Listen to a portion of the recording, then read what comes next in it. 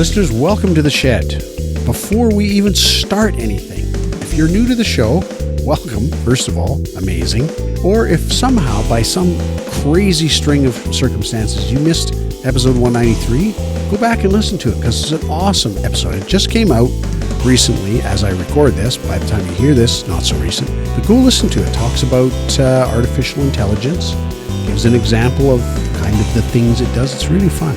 Once you've done that, then come back and listen to the rest of this episode because we talk about it again here because we were just so pleased with that episode. You won't hear us say that too often. That one, worth listening to. So is this one? Glad you're here. Here we go. Here we go. Happy Lunar New Year, guys. Is that today? It's yesterday. Wow. But we're in it now. How long is it? Like 14 days? Is that the Chinese New Year? Yes, it is. That's right. It's a political correctness thing to call it Lunar New Year. Ah. I've been seeing some lobbying in the socias. That's for you, Rich. You're welcome. Thank you. New Year. Yep. The shows. About we just can't do it right. I can't do it right. About they want to call it the solar lunar or the sol lunar or something because it's not just lunar.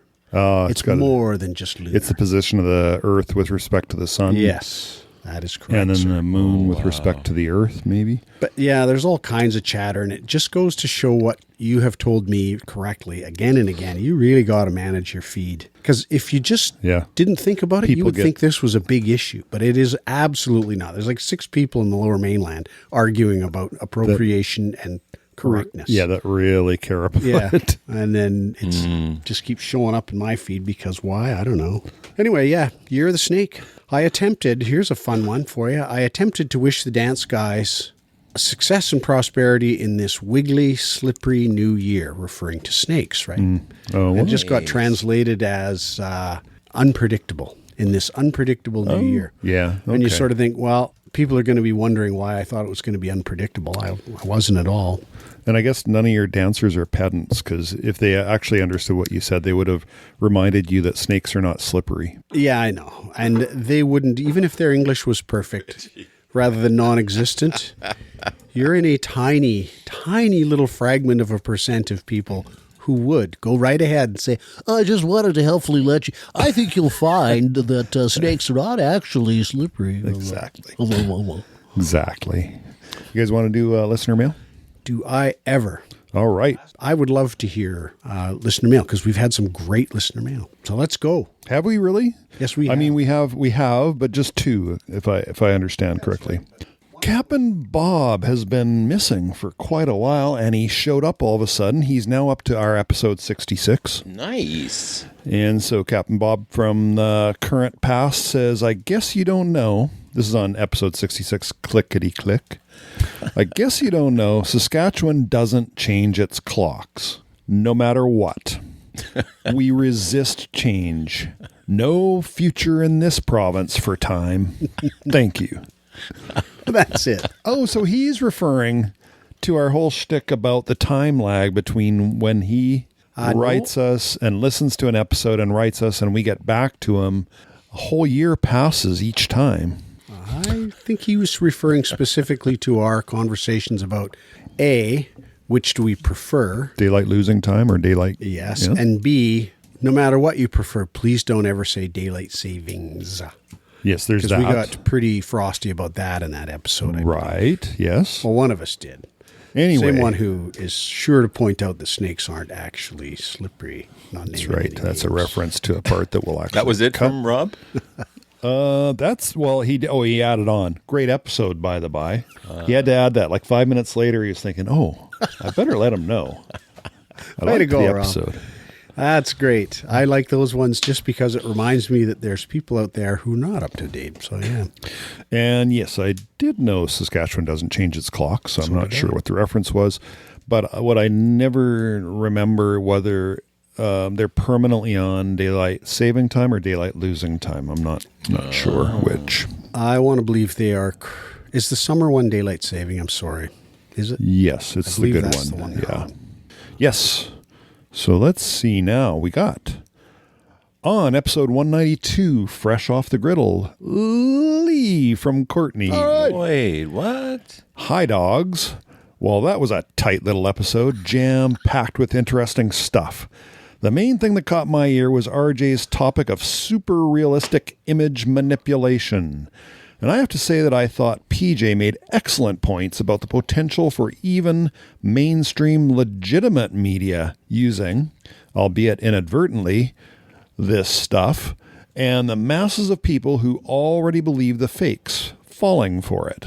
Not that the mainstream media, which she abbreviates as MSM, not that the mainstream media would create false images, but that they'd receive them and use them. MSM already can't afford people to do decent proofreading, so if the influx of fake images increases dramatically, the likelihood of some getting through any kind of fact check increases too. Yeah. I can't disagree with that, really. No, it happens now in mainstream media. It happens now. They get it from somebody somewhere in the biggest of the mainstream media thinks is reliable, and they just go ahead and publish it. They don't even phone the guy up. Lee continues, very often you'll see photos submitted by under pictures in major market media because some guy with a phone was on a scene before a reporter or photographer could get there. And the guy, in quotes, got a great shot. Or did he? And in smaller market media, the outlets rely on people submitting pictures. Police will ask people to submit dash cam footage. And if that can't be manipulated yet, it's probably 5 minutes away from happening. Or other images. And if they're great but false, at least some are going to be taken and used. It's a very, very scary thing. On the other hand, KJ's work in progress of the painting of Kroner is pretty fabulous. Well, of course, that's if he actually painted it. Jocularities. I thought that was pretty fun. That was really good. Yeah, Sue spotted that because I have it in my photos collection right now, and she said, that's an amazing painting. It really is. Yeah. And I found myself wondering, I says to Sue, I says, you? I says, is this one of those things when KJ doesn't know that it's done? You know what I mean? Like, Yeah. Can you get so far along? Like I would definitely, if I was painting, it would be perfect. I'd do some little bit more, and all of a sudden, now it's on the path down. Well, we had that conversation around some of those abstracts that he was doing. It's like, how do you know when to pull a pin and walk away? I'm with you. I would ruin effort after effort by doing the next thing and then just, Yeah, that's why you need a timeline. So 2 questions. Are you, have you done any more on it? And number 2 is, are you done? No. There it is up there. I don't think I've done any more on it because we were just here 2 weeks ago. I might have done a bit on. Yeah. No. I think the last picture is that picture. Right. And see that definitely looks unfinished from here because in the skylight there, it's pretty pale. But I cheated a bit on the image. Like I mentioned that to you. I built up the contrast. Yeah. Well, I noticed that if I look at my photos, it looks blue compared to another picture of it right next to it. Yeah, that's right. I corrected that's just a photo artifact, so I just corrected that part, but then I also boosted the contrast, and all of a sudden it makes it look more done. So. I didn't notice the clothing before this moment. Nice shirt, isn't it? Yeah, like the whole clothing thing is really quite well done too. That must be really, I mean, they say faces are hard, but I think all the clothing stuff. Well, and then Susan came in and said, "Jeez, every day." His head is too, I don't know what she said, it's too oval or something. Anyway, I went back to the photo and I did a measurement, aspect ratio. You used big science. Yeah, I used big, if the pupils are this far apart here. Right. And that's what I think looks natural. So in the photo, they're this far apart. In here, in the actual painting, what's that ratio? Right. So, and then I did it to all the other things. So I moved things a little bit. Wiggy. Oh, have you moved that since we saw it last? Maybe. Oh, okay. I haven't. That's that's. But how do you move stuff? Like, do you literally erase? Yeah. Because it's a line drawing underneath it, right, with pencil. Mm-hmm. That erases. But of course, the first wash was right after the 30 minutes at the reunion was when the 30 minutes that I had to do it, right? Didn't I do a first wash right there just of that pale pink? Well, that has borders that don't change, so I got to go over that. Anyway, yeah. Oh, yes, working in progress. Well, once again, really I'm nice. dazzled by the methodology. I don't know how, like, when we talked about landscapes, when we were first talking about this thing, we talked about the view from the deck and the mountains and taking measurements and making sure that your proportions matched reality, which I thought, I would have never thought of that in a million years. And this is another iteration, a completely different subject, same approach, which I think that's kind of fascinating myself. But as far as when something is done, though, I just gave pictures, the Christina one that you guys have seen. I gave finished product to Tim and Tom for Christmas. Yeah. But they weren't framed, and Tom just went on a cruise. And when he was coming, so he came through Vancouver just 2 days ago. So I said I'll have them framed by then. So I had them both framed. So I had to work on that. But I had to have them done by Christmas. And, on Christmas Eve, I've got the watercolors out. I'm saying, quit. That's it. Yeah. We don't go any farther. We could, Yeah. I don't want to make a catastrophic error at this point. I'll have time and to recover. it's enough. It's folk art. So, but you remarked earlier that the key to knowing when it's finished is having a timeline. But do you have a timeline for everyone? Like, there's no timeline in this Cromer one, is there? Is there? Well, no. I mean, no. How are you going to know then? I'm trying to get it done. That's why I'm not flying at it like I should be. Although I'm also intimidated by it. Yeah, I would be, for sure. I think, how am I going to fix that? Well, I would also think, because you've gotten, it's like flying too close to the sun, right? I'm flying. Oh, my wings melted. Bummer. Good one. Icarus and Daedalus. And that is listener mail. Okay. Thanks, Lee, again. Thanks. And Rob, good work, buddy. Nice Good to hear work. from you, Rob. Yeah. Yeah, I don't. Have you guys? Let me just decide. Have you guys seen Amelia Perez? Nope.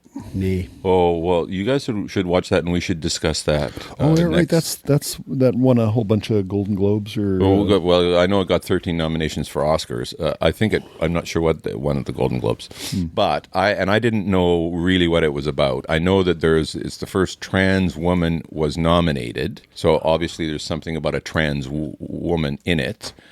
And then I thought it was about drug cartel, so I had no idea. But holy, what a little surprising little movie! So that's my little take right now, and I think you guys should watch it. And next time we meet, we should discuss it. Okay, I'll immediately forget when I get home, though. Send us a little message there. I will do that.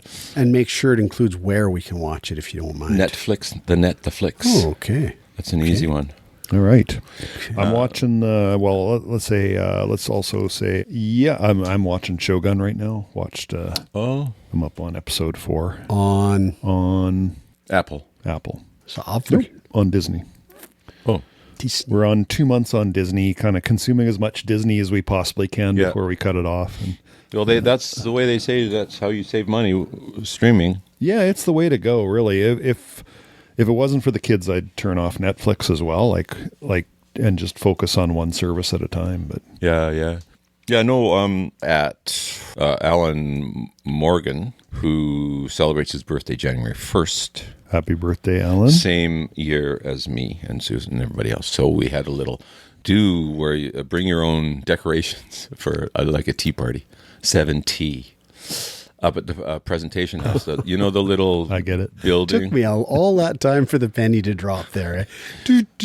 Oh! Anyway, at that, we have a mutual friend, and she was at that little function. It was actually, somebody called it a hot dog party for 70-year-olds.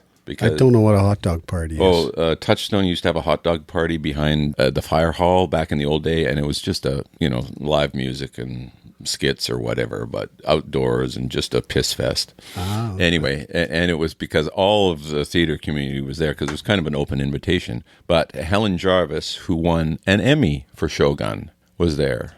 She and one of the actors? No, she's costumes. Nice. That's pretty, yeah. That's a big deal, yeah. I'm pretty sure that she did costumes for Fiddler on the Roof, and I have a little drawing that she made of my character and the costume, just the costume drawing, right? I know I've worked with her in theater in Vancouver. Hold on to that. Pretty. I'm surprised. Pretty major that I'm surprised they didn't have a Japanese costume person. But I mean, because I guess I shouldn't know, other than I consume some manga now and then, but those costumes looked totally authentic. Oh, yeah. I think, she does big movies. Like, I should look her up and tell you. Gotcha. What was that name again? Helen Jarvis. So, listeners, we Shed Dogs were approached by a company wanting to sponsor us. So excited to hear that news. Oh, we were on the verge of the big time there for a while. We were about to be doing promotional stuff. Yeah, you would around now, we would have suddenly said, and now a word from our sponsors. Yeah. Or we would have worked it in organically. Nice. Well, that's just talked about how much we liked this product, and you might not have even known. Yeah. You know why? Because we're pros. We're pros. Magic Mind was the name of the product, and for some reason, I don't know why, I was thinking of it as Magic Mike for most of the time. Nice. Yeah. And then I'm going, oh, it's Magic Mind. Because why? Because it's something that you consume with a whole bunch of different ingredients that's supposed to make you sharper. Mental clarity. More focused, and probably a little bit extra energy. Faster. When better, you say that, the first thing I think about is magic mushrooms. Yeah, and mind mushrooms. Funnily enough, one of the main ingredients is lion's mane mushrooms. Oh, nice. Yeah. Microdosing going on. I guess so, yeah. Exactly. And of all the ingredients, well, so basically they had seen that we're up to episode whatever, 190s now. At the time it was 180 something. And I guess their algorithm says, hey, if somebody's been on this long, they must have an audience. Little do they know. Yeah. We do have an audience. It's small but mighty. That's right. And so they said, hey, do you want to do... And so we talked about it, and we thought this would be fun, really. They'd ship us some of the product. Oh, and we could try it out. We kind of make fun of the whole concept. It would have been really fun. We know that we wouldn't have enough purchases to make any money off of it whatsoever. But that would make it more fun for us to relentlessly promote it. It would all be great. And the guy that sent us was some kind of junior account man. And then the next time when we replied, his title had changed to like something really fancy. So anyway, we went through the whole process of communications about it. But the further along that we got, the more restrictive it sounded. Like they needed to listen to our episode before we published it. They had to have it be approved by them. And that was kind of a no-go. And also... I looked up all the ingredients, and a lot of them are those kind of sketchy ingredients that you just don't know. There's never been... Not FDA approved. No, there's this whole world between prescription drugs that have to be carefully tested and food, which also needs to be carefully tested. But once you're in that intermediate world of the, what do you call them? Homeopathic kind of. Nice. Jeez, you guys are on fire today. Yeah, homeopathic and all those kind of in between things. There's no testing. There's if people start dying from taking it, they'll notice and make it illegal. But other than that, well, and it has to be enough. Like we could have died, but nobody would notice, and so they wouldn't bother making it illegal. Or we could have been just high as monkeys jumping around the shed for 2 hours. Could have been, actually. Wouldn't that be? We could start getting letters. Are you guys okay? I was kind of interested to try it out for a foosball tournament and see if it actually... enhanced my ability. Oh. Yeah, actually, I was down too, except for the whole business of what they were asking of us in terms of our production cycle, which is a terrific term for whatever it is we do. It was just too much. Like, there's no way I want some idiot who's producing Magic Mind. And they called it Elixir, I believe, which really set me off too. Like, yes, that's right. Come on, man. Snake oil. Yeah, just a guy in a wagon with an awning. Exactly. And Dr. Somebody's. Yeah, exactly. I just all of that, I just said, nah, I don't want to do that. Get their approval for how... There was a little negotiation in the sense that they were only going to ship us enough that we would actually have to buy some ourselves to do the review. Really? And at that point, I just said, yeah, we got to pull out because it's not... Yeah. And he goes, okay, we'll send you double. So they were going to send us more than we needed. And it's expensive stuff too, and you get a subscription. Their whole idea is that you're going to believe in it, you're going to notice results, you're going to subscribe, and the next thing you know, you're spending $150 or $200 a month getting your supply, right? And we're in here recording. Guys, can we just hold off for a minute? I haven't had my magic mind today. I really would. I'm a little. Can we just? You got any? Because I've run out. I put it over there. I put it over there. just a whole world of chaos because we decided to take some free thing, some ostensibly free thing. And then, so I talked to Will of Vancouver. And Will, who is a food specialist, like he took culinary arts, graduated, I think, with masters in that. He went through all the ingredients and he goes, yeah, no research done on that, no research. And he spotted the one. He said, yeah, that one might work. That's lion's mane. And by the way, this is an American company. He explained that actually, contrary to what I said a little bit earlier, in Canada, these things are actually tested and proscribed if they're not suitable. So he knew like which ones of these would be legal for a Canadian company to make and which ones wouldn't. But I can't remember what the answer to that was. But. Well, which would lead into an interesting conversation about rules for shipping and importing, right? You can't make it and sell it here in Canada, but you can import it and consume it. Right. And can you? You probably can because nobody ever notices anymore. Yeah, if the first case of the elixir arrived and it was marked pound cake on the outside of the box, I guess that would be our clue. All right. That was fun, though. That was a lot of fun just seeing the backing and forth thing. And what happens when we hit our 200th episode? We're going to get it should be an avalanche of AI-generated stuff. Piling on for sponsorship. I think there's going to be gold-plated cars parked out there in Grant Street. Yeah. Well, once we have 200, we'll have stronger negotiation skills, actually, just the experience of this one, plus we'll basically, when they say you got to do this, you got to do that, you have to let us review, we'll just say, well, you're talking to the wrong podcast, buddy. Yeah. And they'll probably just say anything for the dogs to sponsor us. And we've been getting a lot of feedback saying, have the Shed Dogs approved this? Do they use it? And listeners, don't worry. In terms of our integrity, we'll take what pays anytime. It's rock solid. As long as there's some money coming in, we're in on it. That's right. Our integrity's absolutely carved in granite. If you pay us, we'll do it. That's fun. Jeez. It was interesting, though, and I was genuinely excited to think somebody was really going to get us to sell their product for real. It's too bad that in the communication there wasn't I listened to this episode. Yeah. Like none of that, right? Yeah. They're not even pretending to listen to anything. We get the occasional email saying, hey, I really love your website. Yeah. And they don't even think we're a podcast, right? Little segue. Speaking about Magic Mind and foosball. Hey, don't give those guys free promotion, okay? How about your news this week, RJ, about your foosball news? How about that? Well, yeah, I've been accepted into the senior men's team for the World Cup of Foosball in Zaragoza, Spain. This year, right? This year. Yes. End of June. Oh, the crowd goes crazy. Oh, just watch. We were really happy about that. Going to be streamed live. Yep. There's going to be 9 people selected. There's 6 main players plus 3 substitutes. And this is for the senior team? That's right. Yep. Wasn't there 2 senior teams? Is there a senior like above 60 or something? And there's is there Masters. 50? There's the two different events that happen all at the same time in Spain there. And one of them is called the World Cup, and that's a team event.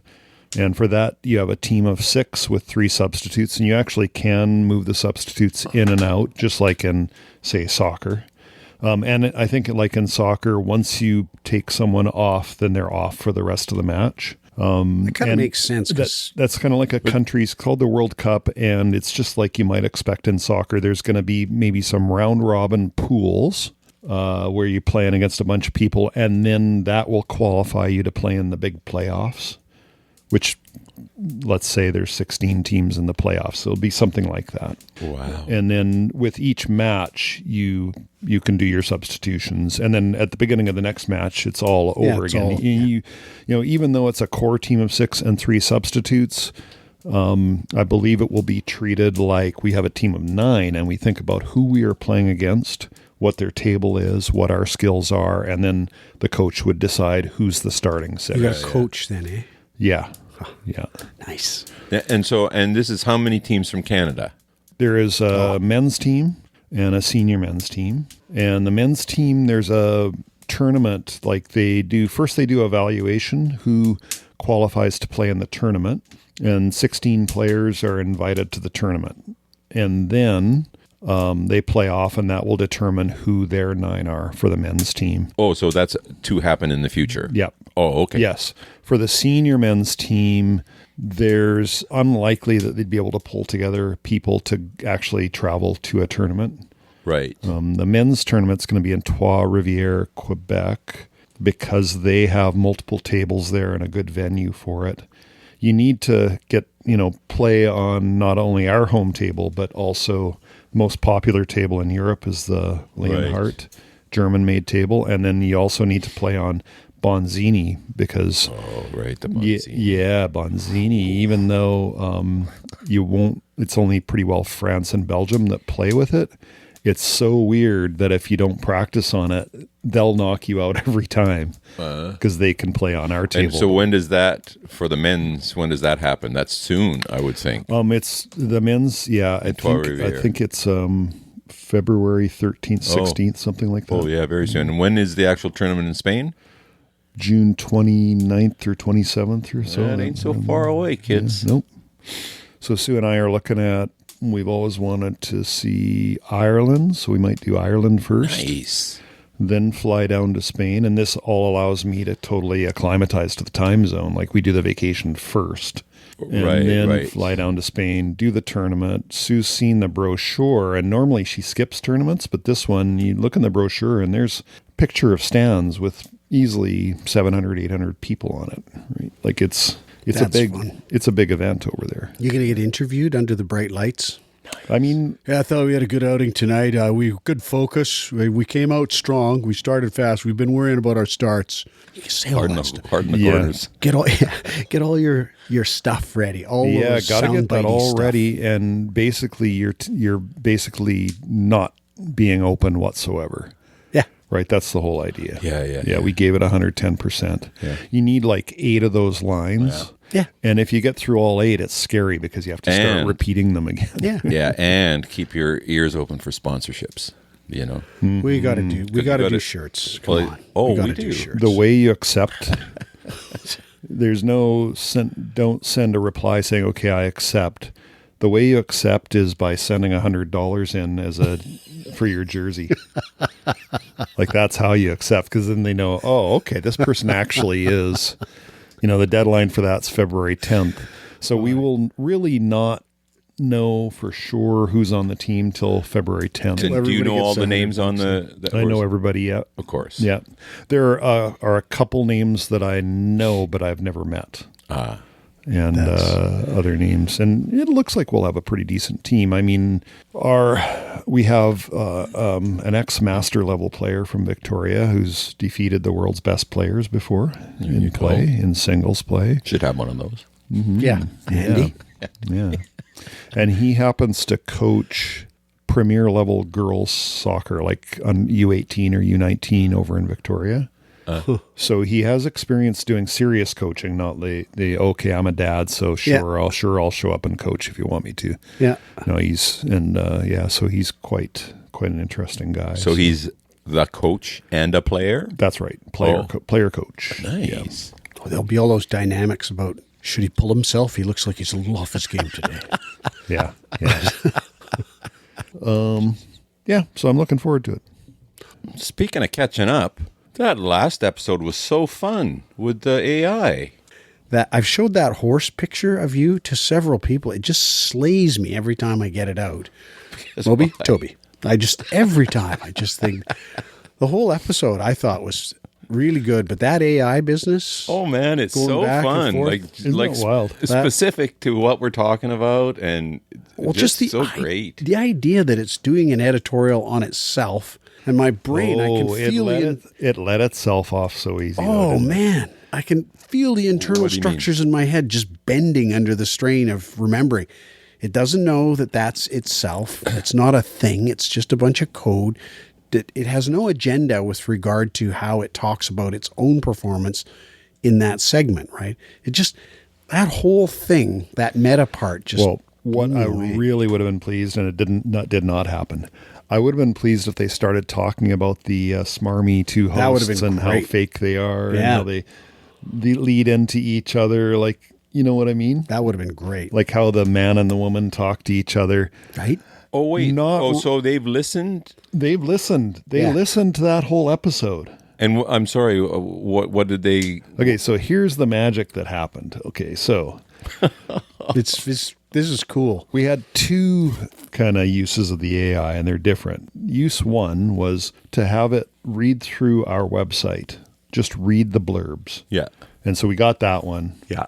And I inserted an excerpt from that right in mid-episode when you and I and Skin were talking about it. That's when I put that in. So We're in here talking about it, and then he says something like, and it sounds like this, and then he plays like 5 minutes of that stuff. Yeah. Okay.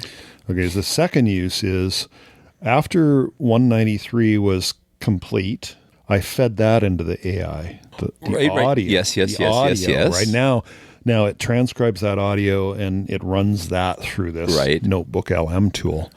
And that's why they commented on each of our segments, right? Yeah, yeah. And then I was going to just plug that all on the end, like just, in the after show, I call it, like after the music fades out, there's a beer can, and then just play it. Yeah, yeah. And let people who stick around listen to it. And anyway, as I was listening through to it, I realized, so I started putting chapter markers through it, and then I just interspersed throughout the yeah, episode. right? yeah. It was so great. that whole thing. And we had 5 minutes on, what was our first Losing topic? things, On losing things. glasses and compass cards. Yeah. Their review of it or their commentary on it was 7 minutes. And I thought, this is ridiculous.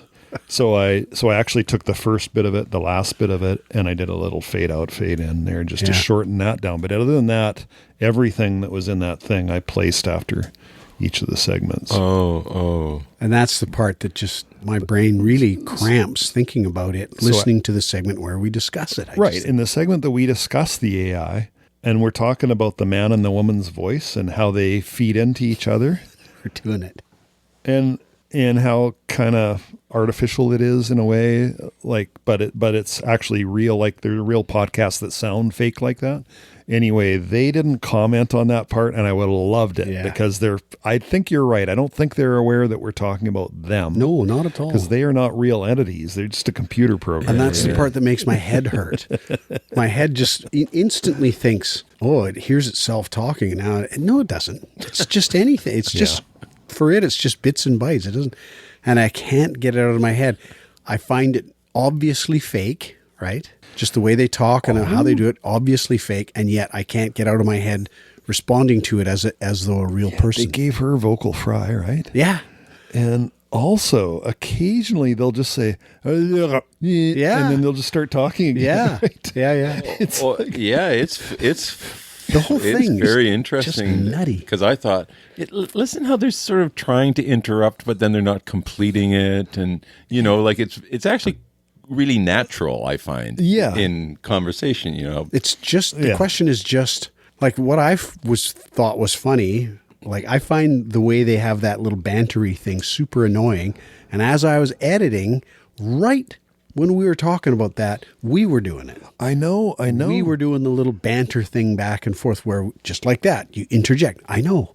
I you just think, started what the to hell, notice, man? we do this. Yeah. Like exactly what I noticed. Yeah. But something that, because humans do it, right? But it didn't really highlight it until you see computers doing it to each other. Well, and I think also for some reason when they do it, it's always in the same tone. It's always the same sort of jocular, polite but insistent, like it's always exactly the same kind of little shaped object that they stick into their Something else I noticed. You guys tell me if you noticed this or you disagree with it. I feel like the man was doing more splaining than the woman. 100. Like he would say, what's really happening there? And he would talk through it and the woman would say, aha, I see. Yeah. So I never thought of that, but that's true. Sometimes she would do, okay, well, here's what's happening. She'd be the explainer, but most of the time it was mansplaining. Yeah. And I thought that was fascinating. That is really fun. And that would be the folks that. down at Google choosing that, right? Somebody chose that. It was kind of eye-opening. Having the AI do the review of our whole website was one thing, and it was really interesting to me because it's all about me. Started out, I was all flattered. I thought, oh, this is so cool. I know. You sound great, man. Yeah, these guys and then it goes on after a while, and you sort of think, this is so freaking mechanical. I can't believe how... And then after a while, you just sort of think, this AI isn't even aware that it said these exact same things. And then I finally concluded we're in a rut. Because it just says the same things about every single episode, and just like... Well, the one I included in this episode was more up to date. Like I reran it. And it's already a newer version of the AI. Yeah. Because the old version, they just started talking about every single episode in descending sequence. This new one, they flipped around. They'd go back down to episode 174 or whatever. And it was shorter. So they continue to improve it. Like you can just imagine within a year, 12 months, 24 months, it'll be so natural. It's just... Oh, it's happening, right? All those warnings about acting between that and the AI images, like those really realistic fake images, it is kind of scary, and it is like Google. I just saw this the other day. Google, for some users, for some consumers of Google stuff, has renamed the Gulf of Mexico.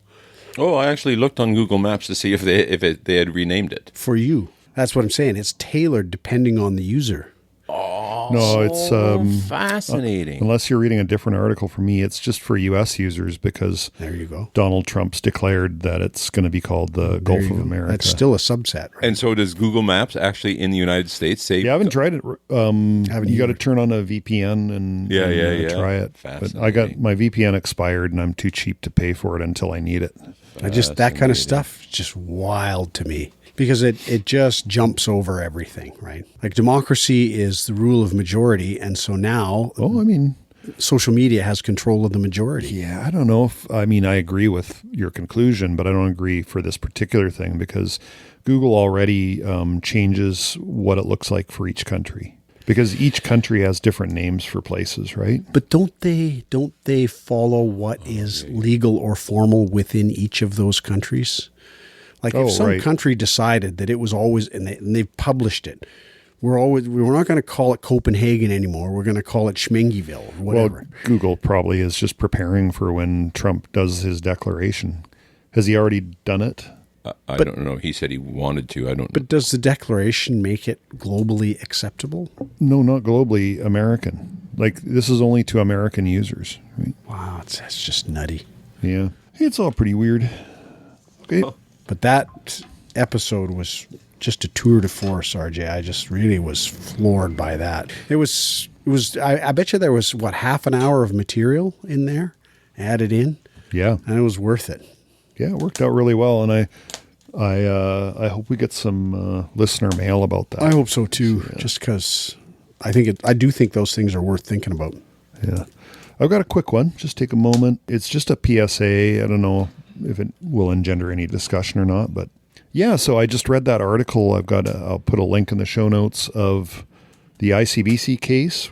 Somebody was hit and run their car. 3 people are driving along in a Mercedes. A truck comes along and T-bones them, and then he drives off.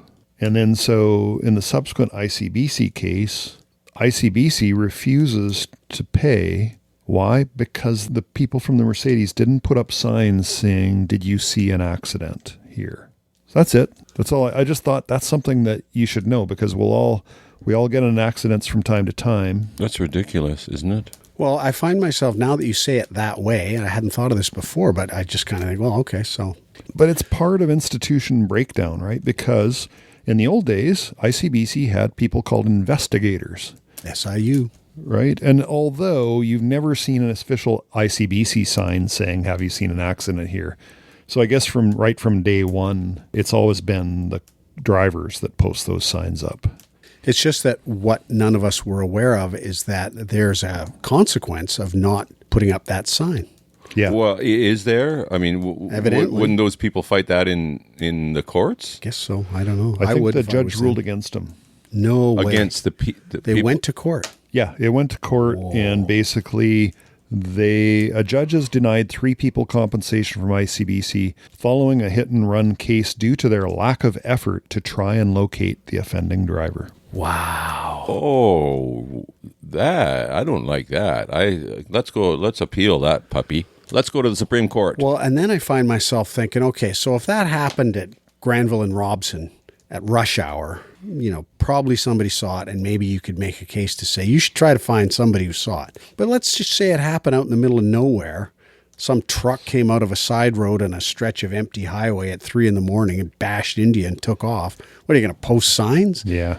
Like, what the hell? Well, the total effort for creating the signs, putting them up, and taking them down is actually not tiny.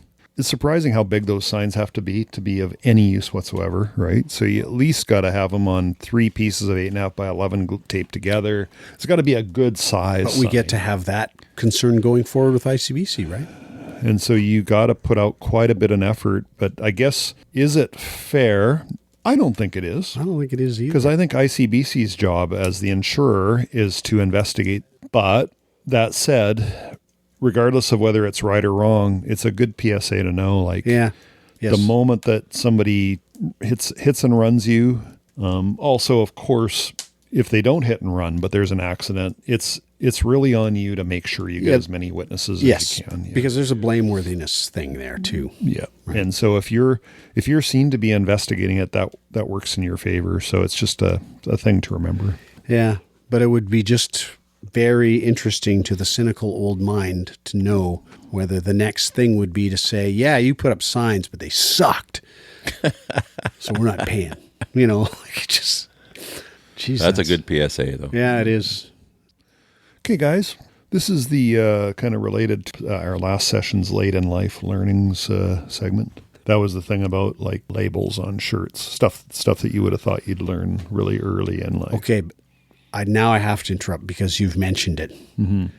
So listeners, again, somewhere back there a few episodes ago, RJ mentioned a handy tip about the labels on shirt. RJ, give it to us again, and then let me go on again about it after. Well, when you put on a shirt, if you don't have easy access to the label on the back of the neck, but you have the front and bottom of the shirt in front of you, you just make sure that the label's on the left, and then you're putting the shirt on correctly. The washing label. Washing instructions, that's right. So when RJ mentioned this in this shed, this hallowed space, whatever length of time ago it was, I was pretty unexcited. I never have any trouble figuring that out anyway. And since I went home that day, again, now I just constantly do that. It's so handy. It's really handy. So handy. I do it all the time. Unless the shirt has buttons all the way down the front that I have to do up in order to wear it, I'm looking for that label. Because the last thing I see before I put the shirt on is the bottom of the shirt. It's super good. Anyway, now, go on. Now that you've been fulsomely praised. Yeah, well, I've got a new one. I don't know if this is actually, I don't know if it's part of that series, but vacuum cleaners. Yes, go on. You used to be the main vacuum guy when you had the Airbnb.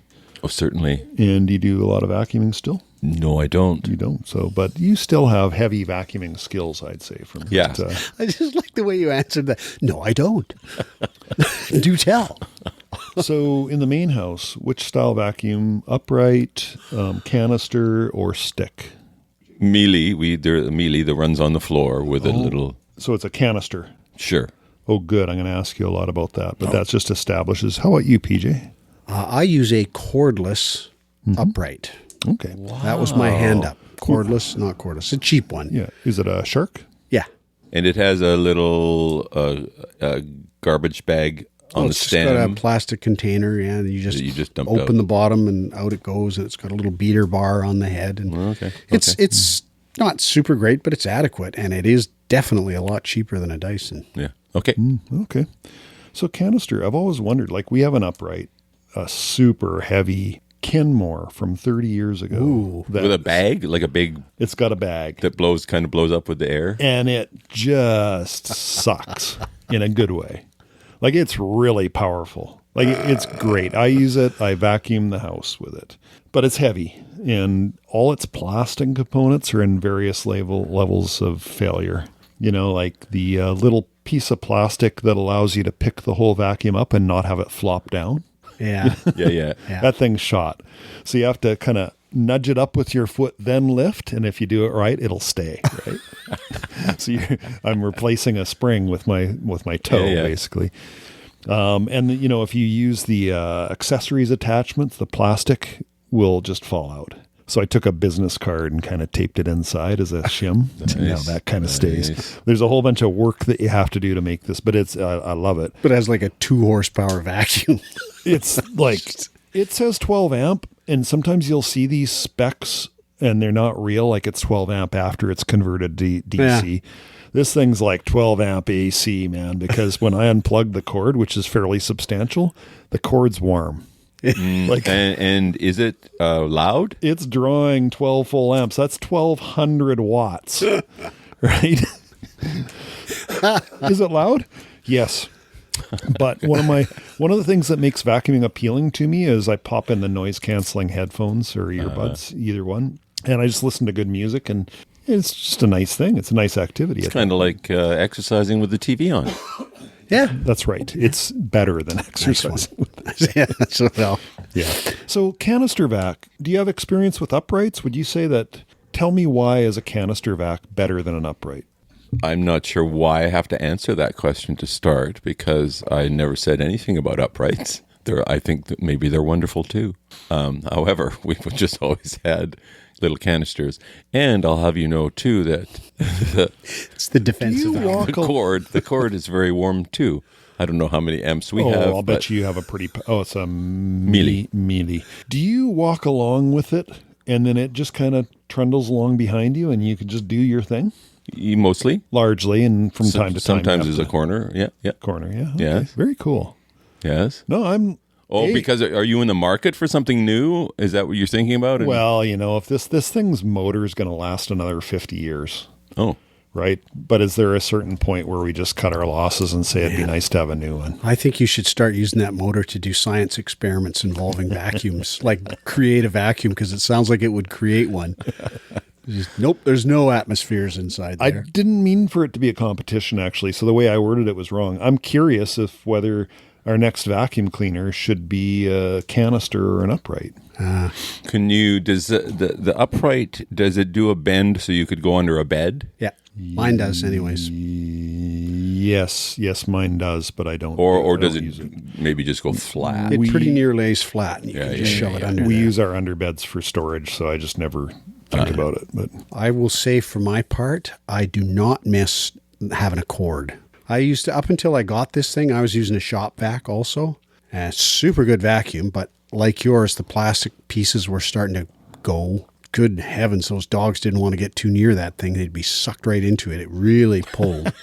Does your Still does cord, do you have a little thing where you can press a button or pull the cord and it will auto retract? Yes. Does it work well? Yes. Very nice. Yeah, they do fail, and sometimes you have to give them a little nudge. But no, we have. I think we have 3 mealies in the house. Oh, really? We have a fairly new one, and it's actually smaller and lighter and snappy. It's got a snappy little vacuum. Yeah. And they got to be fairly expensive. Oh, I think so. Being European and all that stuff. I also don't miss having to drag the canister along with the hose. Well, that's what KJ was saying. It works pretty well. Yeah, I know it works okay, and it worked okay when I was using the shop vac, but I don't miss not having to do it. Right, it's different when you don't have to do it. You just walk around wherever you want to go. With the upright. Yeah, if you Or suddenly- in your case, with the stick vac. Yeah, if you have a change of heart and want to do a different room, you just go there. You don't have to worry about unplugging it. You don't have to be methodical or anything. You just go do We it. have a Panasonic we got as a wedding present. Still works great. That's our basement vacuum. I would That's guess upright. Upright. Yeah. I'd With guess- bag. Yeah. that any plug-in, A, probably works better, B, certainly lasts longer, Yeah, we have a just because of the power, right? we have a Dyson stick vac and it's great for quick stuff, but yeah, it doesn't. Yeah, it's never going to do a carpet the way that thing you're using does, that Kenmore. That Kenmore probably takes 5 years off the life of the carpet, but that thing's clean when it's done. It's got you a know? heavy duty beater brush. Yeah. But the cord management, because the upright does not have a retractor. So it's another one of those things, like after 40 years of vacuuming, let me see. I've vacuumed for more than 50 years now. That's right. I finally discovered the little clip. Not the cord wrap. Oh, okay. This is a cord management technique where instead of having the cord kind of going down, you send the cord up to the top towards the handle. There's just a little clip, kink. You put it in there. Now, as you're using the upright, the cord actually is coming down from the handle instead of along the floor. Well, that probably saves the cord because if it's all on that join to the motor. And that means that there's that. And that also means you don't need to kind of hold on to the cord to keep it from going under the beater brush. It's kind of automatically managed, so you can single hand vacuum. You know what? If you hadn't said that, I don't think I'd have noticed that. And so I noticed that on one of our, we have so many vacuum cleaners, you guys, but one of the vacuum cleaners that we inherited, I noticed that. Well, that's cool. Too bad the Kenmore doesn't have it. And then one day, after months of thinking that, I thought, or does it? And sure enough, there's this hidden little slot that you wouldn't know to look at. It must be in the user guide. Oh, there it is. And so ever since then, I've had the AC cord. I don't even think I've run across that. It totally makes sense. But I don't think I've ever had a plug-in upright, though. Now that I say that, I don't think I ever have. I guess there's pros and cons. You go to the consumer magazines and they never seem to say, oh, you really should have one type or the other. It's more like, what do you like? What are you used to? Yeah. Because you learn how to manage the stuff. Well, I've had canisters in the past, had them even in my parents' house, and I think they work better than stick vacuums, battery-powered vacuums in general. I just think because their motors are just more powerful. Yeah, canisters versus stick vacuums, but not against upright plugins. No, a plug-in also has a more powerful motor than a stick. Yeah. Isn't that all going to change with the new batteries? Not yet. At some point, I'll bet. But the one we inherited is one of the ones is a Dirt Devil, and is it called a Dirt Devil? Yeah. Yeah, And I've heard that name. I finally figured that out. It's see-through the container, and It spins like a Tasmanian devil. And in fact, when it finally stops spinning, you kind of know that you really should be dealing with it. Now, one of the things that I've switched to, PJ, I don't know if you do this. You probably don't. I'll bet you don't. Is that dust. It's a very fine dust, right? And when I empty it, there's a cloud of dust, right? Because you kind of have to bang it to get it to go. I've taken to putting on an N95 mask while I do that. Good for you. You should also do it outdoors. Of course, I do it outdoors for sure, but that process, it's just like you just see out in the sunlight, you just see the dust. Anyway. Also, hot tip, I can hold it right down into the garbage can and then open the trap door on the bottom of the little canister and it just falls directly into the garbage can. Yes. Give it a whack and close the lid. And you're done. That really cuts back on the amount because, yes, dust will go everywhere if you're not careful. Yeah. And I don't wear a mask. It's not that bad. But and I don't, actually, to be honest, I don't wear a mask when we empty the Dyson either, which is the same style as yours for that reason. Yeah. And as for cleaning, if I really am going to go at it, I'll use water. I'll clean it and dry it. Do you have a filter that you have to clean from time to time? Yeah. Yes. And you run cold water through it? Yeah. It's not a replaceable. It's a permanent filter, so you have to clean it, Yes. And the same with ours, but after, I don't know how many years we've had it, 10 years or something. it was looking pretty rough, so I bought a couple spare filters on Amazon for like $10 or something. I also have a handheld Dyson that I use for little tiny jobs, little tiny dogs, little tiny jobs. Thing's great. The Mealies, the bags are expensive. And you buy their bags rather than third parties. I believe so, yes. Yeah. And maybe that's the way to go. I've been buying third parties for the Kenmore forever. What suggests that that's not the way to go? Well, you know, I don't know. There's probably a lot to manufacturing them to have the right, you know, the bags are air permeable. That's the whole design, isn't it? Yeah. Like the air comes in, the dirt comes in, the air goes out through the walls of the bag, but not the dirt. Yeah. So if they were poorly manufactured, there'd be some dust escaping through there. But you're a consumer who's been using the third party one, and you haven't noticed any issue. Not yet. I hope, you know, this, yeah. Oh, so you think the post-mortem will reveal the issue? Okay. Yeah. Silicosis or whatever. Exactly.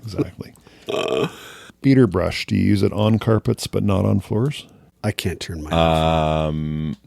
No, mine's usually on all the time. I don't have very many carpets anywhere. Okay. It's usually on. Well, the design of my beater brush is such that when I use it on the floor, and I sometimes do, it vacuums really well. Like vacuums better because the beater brush is on. Like if something's a little bit stuck to the floor, it'll pick it up, right? Beat it off. Don't know if I said that right. But anyway. Leave it in. Leave it in. Okay. Jesus. But one of the things I noticed is that if I vacuum walking forward, you know, moving forward anyway, across a little bit and then ahead and ahead and ahead, if I look back, there's dirt that got kicked back by the beater. Oh, yeah, Okay, so you get that as well. Yeah, but usually little pebbles, right? Yep. Something's a little bit of a size. It doesn't have quite the gusto to pull that into the vortex. Hi, buddy. Yeah, so lately I've been doing, I don't know if this is stupid or not, because when I do the kitchen, which is all tile, I do one pass without the beater brush. Then I get my little razor blade out, because I have to mop, right? And I don't like mopping things that are stuck on the floor. Because it's just extra mopping. Yeah, so you just do and I just get like, it's a 1 minute pass, and I get like 8 little things that are stuck on that would take forever to mop off, but can't be vacuumed. Wow. And then I do the final pass with the vacuum using the beater brush, and hopefully I pick up everything. Do you have a polishing step here? Yeah, exactly. And then 600 grit. Yeah. Man, oh man. Like those dogs, you know, between the food that they just scatter everywhere because they take it away. You give them something and they run off, and then they decide halfway there they're not going to eat it after all. They just So drop they just it. leave it. Nice. Yeah, rehearsal on Monday. For which? Little Red Warrior, 2 weeks down to the greenhouse just at the Culch rehearsing. Okay. And with some days at the BMO rehearsal space down in Olympic Village for the stripper pole, because we have to have a stripper pole for the queen when she enters. Right. And then 2 weeks in Kamloops first to start us off. Okay. And then 2 weeks back at the York on the drive. And then one glorious night in Oliver, British Columbia. And we all hope all our listeners will. So there's a few people in Kamloops. I'm excited about who might show up in Oliver. Yeah. Well, Oliver's such a nondescript sort of a place generally. To find people you know just out of the blue would be kind of cool, really. Yeah. Anyway, and then that's it for my career, just so you guys know. You're retiring? No, I just don't have anything ahead of me. Oh, and you video gamers, because I know you guys, do you play stuff? Very little. I have a very restricted set of games that I play. mine are 14 years out of date. Have you heard all that Elon Musk stuff about his video game prowess?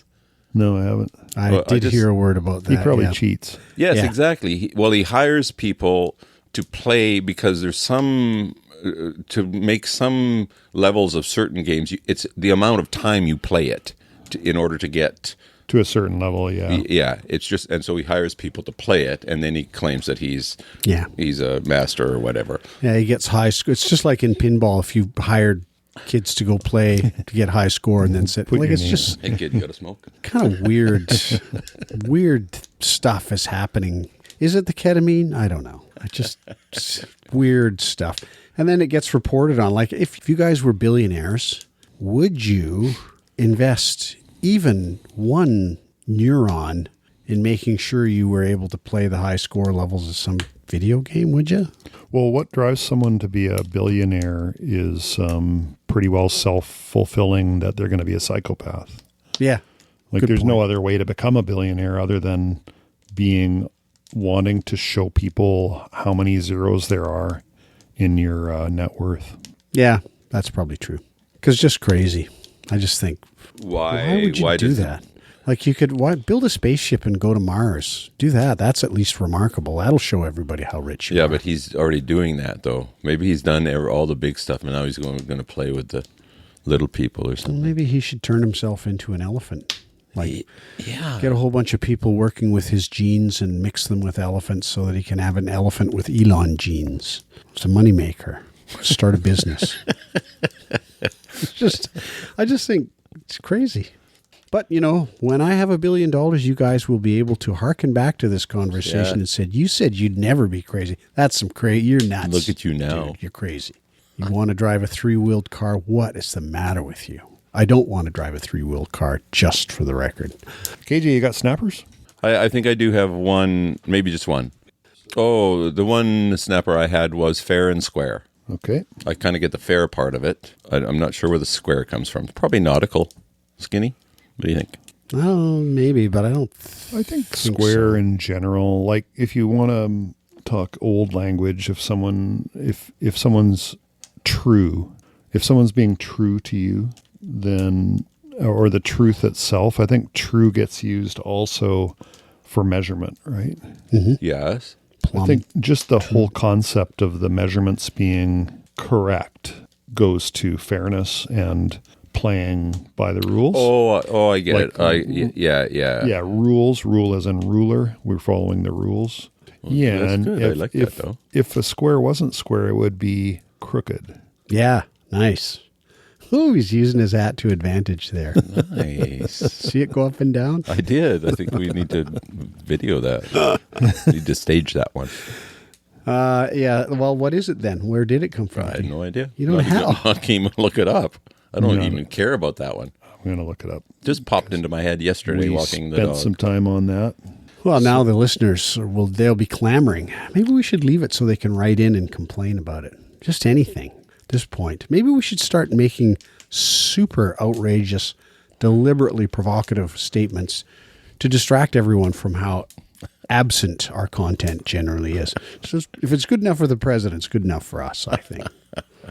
Got the origin of fair and square here. Let's hear it, Lay RJ. it on All us. right, the phrase fair and square is really common. We've all used it at least once throughout our lives. It most likely comes from the basic idea of a square, which we all know as a symbol of fairness and impartiality because it has 4 equal sides. In many games and contests, playing fields are usually square in shape, or a square board is used to ensure that everyone playing has equal opportunities to win, and that the final outcome is determined by skill and luck and definitely not by any unfair advantage. Earliest known use of the phrase fair and square. Any guesses, guys? Which century? 1820. I'm going late 1600s. No, it's pretty close. You could have just done like me and said 1600s, and then you'd be safer. Oh, shit. Earliest known use of the phrase fair and square was in an essay written by Francis Bacon called Of Prophecies, written in 1604. Fair and square, the gamester calls fools holy day. Over time, we've seen the expression fair and square become widely recognized and used in our English language, and most people understand it to mean, blah, blah, blah. So this is a little bit weak. Grammarist.com, they're just making it up to pretty well. Sounds like, yeah. I think we're as much of an authority as they are, except for they got Francis Bacon on their side. Well, I could just say Francis Bacon first used it in 1683. Who's going to know? Who's going to know? Yeah. That's what they did. The Grammarist actually is just an AI. Yeah. It's just, You should start doing that, I think, Skin. be an AI. No, just in snappers, you just say, It's for sure my intelligence is artificial. No question about that. well, that's obviously a nautical term, and I think first coined in the Battle of... La, la, la. You could do it, Skin.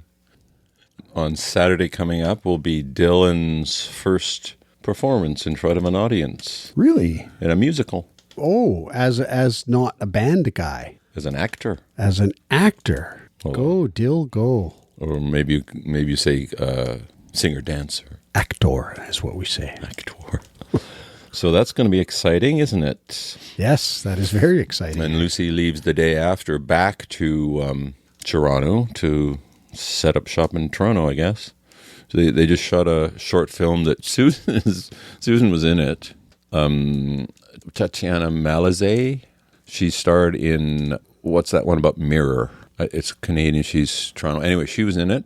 The stenographer in Miracle on 34th Street, Tess Dagenstein, was in it. She's good friends with Tatiana Mallet. And it's an art film, and Susan is sure that it's going to the Cannes Film Festival. And they just finished shooting it like yesterday, basically.